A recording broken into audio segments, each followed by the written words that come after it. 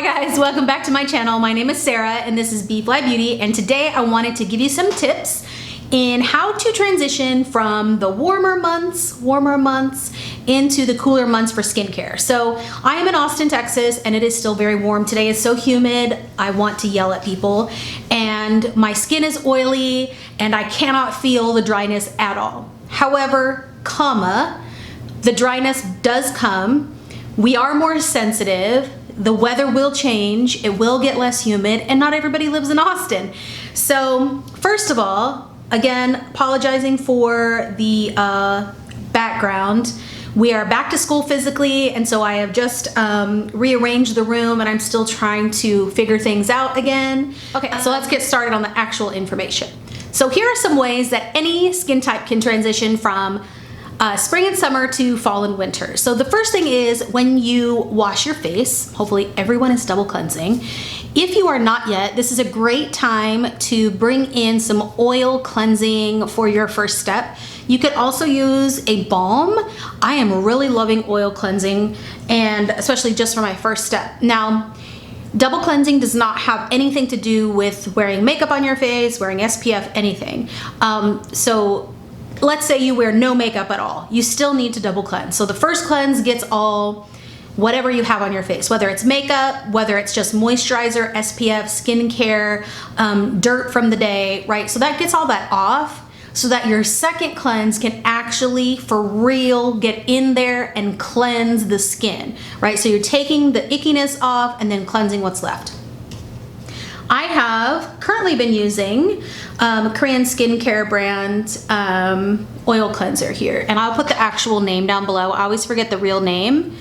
I've really loved this, and I got it on Yes Style because it's just really affordable, and they have a lot of Asian skincare on that website. Again, I'm oily, I'm acne prone, and this did not break me out. So I'm really loving this. However, I am trying a new one, and I'll let you guys know when my little Ulta haul comes in. I don't get Ulta hauls very much, but I did need a few things, and so I got a different oil cleanser because I think I have about this much left. So I am almost out, and I want to try something different. This is one thing I haven't really dipped my toe in much, and so I want to try different things, so I have different things to recommend for you guys. My second cleanse is normally Cerave for oily skin, but I've actually switched to the Cerave facial bar, and it's for normal to dry skin, and it's not breaking me out at all. It's getting everything off, and it's just less harsh. So I'm still doing my skincare routine after that. I'm still getting my double cleanse in, but I'm not stripping the skin. So as we get into colder months, right, it's drier in the actual air. It also makes us more sensitive. So in the cooler months, it really does help to switch your cleanser out, whether you're oily or not. I'm not gonna break out for going for a more moisturizing cleanser. Now in the summer, I wouldn't do that because I'm sweating more, it's more humid and all that stuff. But the cleanser is a cleanser, right? So again, oil cleanse or balm cleanse first. Second cleanse, switch to a more moisturizing cleanser. If you are a drier skin person, you might already be using that, and so you can adjust this in the after washing portion. So we do have to be careful in the after wash portion for over exfoliation. That's already a thing, right? In America, we like to really exfoliate our skin, myself included, but in the winter, we really want to be careful. So one of my holy grail masks and chemical exfoliators is the Ordinary's. It's like the red 30% chemical exfoliator. I can tell in the last few months, I cannot keep it on but maybe 2-3 minutes, and then it does leave some red spots on my skin. So I can already tell that I'm more sensitive. So not that you can't use that exfoliator, but maybe you're using it every other day instead of every day. Or you're only using that mask once a week instead of twice a week. So I've kind of pulled back on the exfoliation.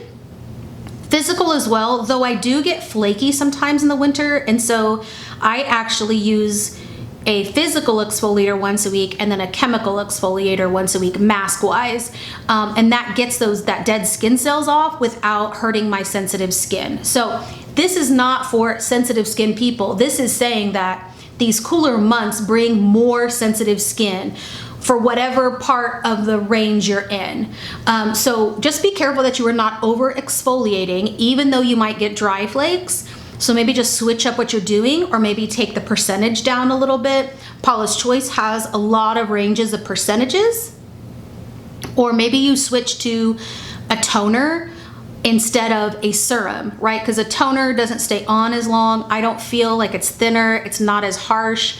The toner I love is the Ordinary 7% glycolic acid toner. You could switch to a salicylic acid toner instead of glycolic acid. There's a lot of different things. Anyway, so the point is, don't over exfoliate. And lastly, you want to add some moisture in at the end. So I personally do not like hyaluronic acid, but it's a really amazing thing that you can add. You can mix it in with your moisturizer or put it on first. Right now I have the Drunk Elephant one, but really, you can't even see it, it's so bright. But I really love the Ordinary. The hyaluronic acid helps so many people. I just don't need the extra moisture in that way. I don't know why, I just don't personally like it. But in the winter, it might be a great thing to add if you haven't already added the hyaluronic acid. The Ordinary has one for less than 10 bucks. Do not overpay for hyaluronic acid. It is silly to pay 30, 40, 50 bucks for hyaluronic acid. It's been around forever. You can get the pure thing for very affordable prices, and it's really good stuff.